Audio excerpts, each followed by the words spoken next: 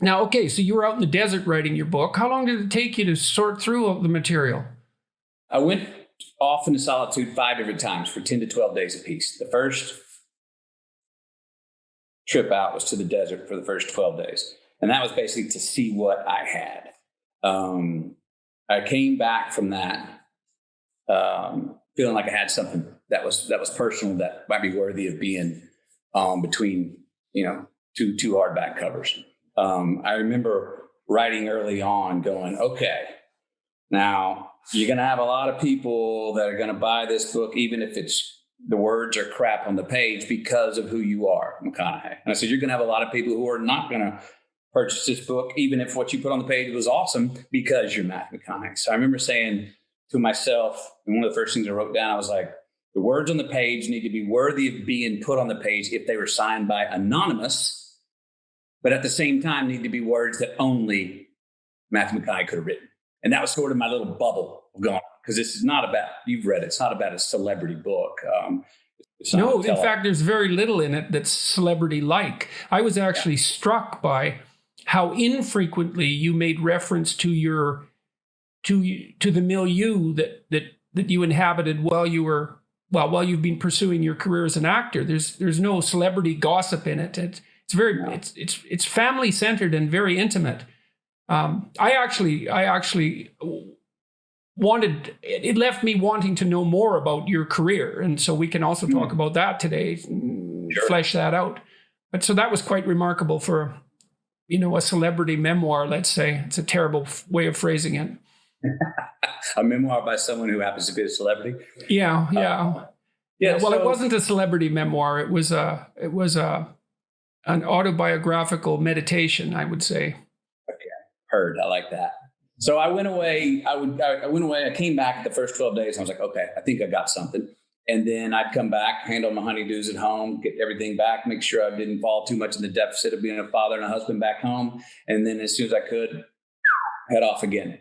I was fortunate to have a wife who was like, get out of here each time. When I came back, you could tell how, the first 12 days were like a purge. I mean, I came back and the whole family like saw me. I mean, I came back shedding tears. I had just sort of gone back and looked at 50 years of my life and had them down, and all of a sudden was crying. They were tears of joy of this love story that I was seeing, and to face certain things that I looked at in the past or forgot in the past or thought I forgot, but noticed that actually I'd remembered, it was a very earth shaking. My floor was moved in a good way. Yeah, well, that's great that it was moved in a good way.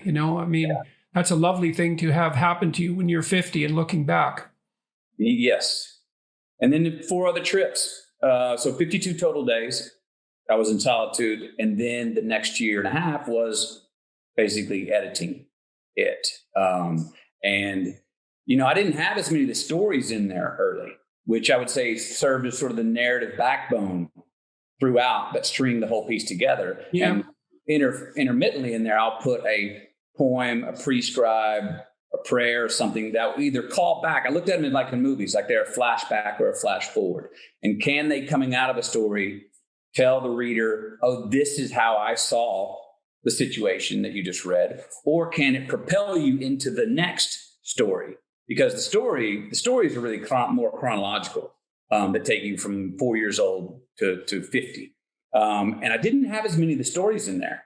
And so the next year and a half was going, okay, I've got these stories. My editors, I would tell them, she was like, oh, geez, you got to put that in there.